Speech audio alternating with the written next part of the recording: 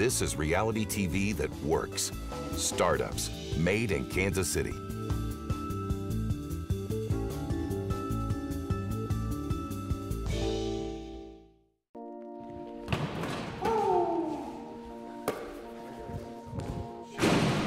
thought I was going to get on a roll.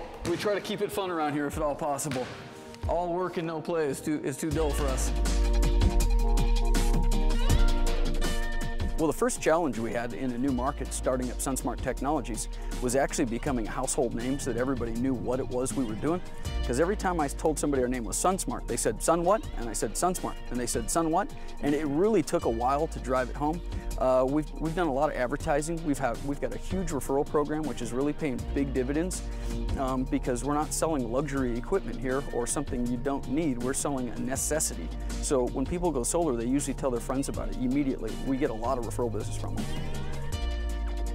I always wanted to start my own business, but the key to starting your own business is you have to have the right product and you have to have the right partners.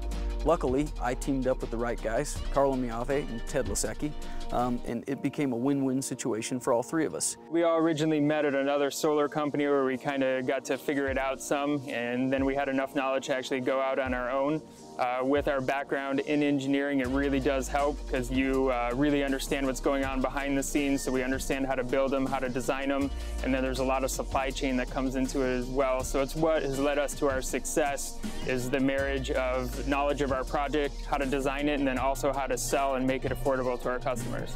The way we landed our first couple customers is we actually started going door to door. Then we started actually talking to local businesses in the Gladstone area and finding as many small business owners as we can and explaining the opportunity to them. From there, we kind of took off.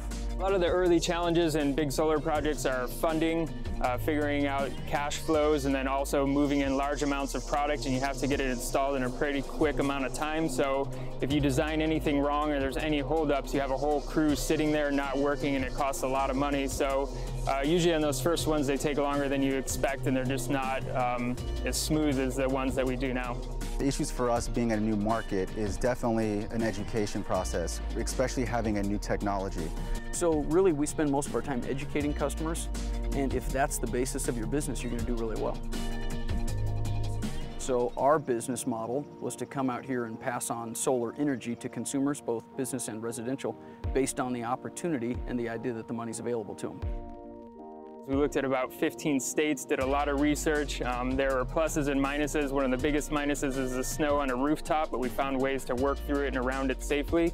That combined with, they get actually a lot of sunlight compared to some other states. Tax credits, and there's some grants available.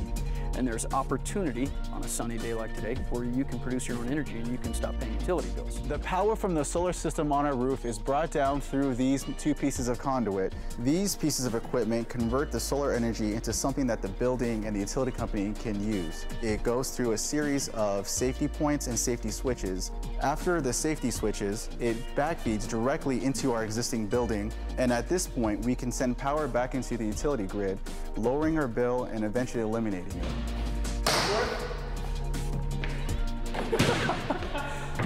Now you know why we sell solar.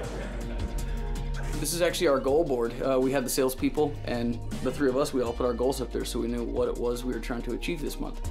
My goal is for the company, for us all to sell a megawatt of solar this month, for me to be able to go back and see my sons every other weekend no matter what, and to be debt-free and buy a new GTR. That would be a good goal.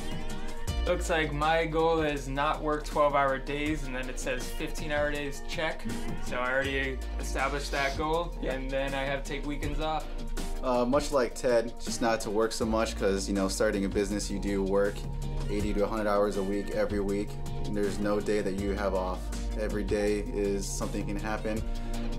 So if you want to start a business, be prepared to work very long days. Yeah, I mean, you're gonna put in 80-hour weeks every week until probably year number 2. So it's fun though, it's rewarding, watching it grow. A co-production of KCPT and Outpost Worldwide, at home in Kansas City. Production, post, content.